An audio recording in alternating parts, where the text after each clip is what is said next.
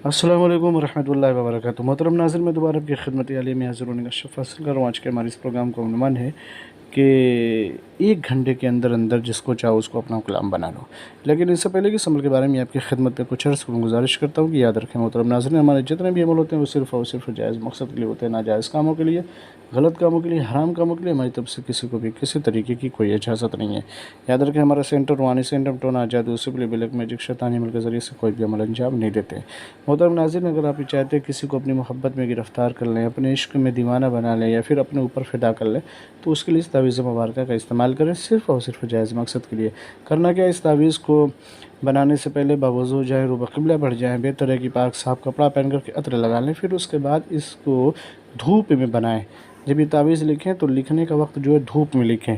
तावीज़ को धूप में लिखने के बाद एक गिलास ले लें, उसमें पानी रखें और फिर उस तावीज़ को उस पानी में डाल करके वो धूप में दिखाएँ, यानी सूरज की पहली किरण या सूरज की किरणें जो हैं इस गिलास के ऊपर पड़नी चाहिए जिसमें तावीज़ है, कम से कम 1 घंटा।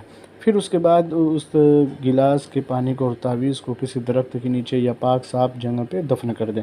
आप देखिएगा, जब ये अमल अंजाम देंगे तो आपका महबूब आपके ऊपर दीवाना हो जाएगा, फ़रेफ्ता हो जाएगा और आपके बगैर उसे करार और सुकून नहीं आएगा। यानी जिसको भी चाहेंगे उसको अपना फ़िदा अपने ऊपर कर सकते हैं, लेकिन सिर्फ़ और सिर्फ इजाज़त मकसद की इजाज़त के लिए शर्त वो है, कमेंट में जाके या अल्लाह मोहम्मद लिख दें। हमारी तरफ से आपको इजाज़त मिल जाएगी। फिर मिलते हैं दूसरी नशिस्त में, तब तक के लिए खुदा हाफ़िज़, अल्लाह हाफ़िज़, अस्सलाम वालेकुम व रहमतुल्लाहि व बरकातुहू।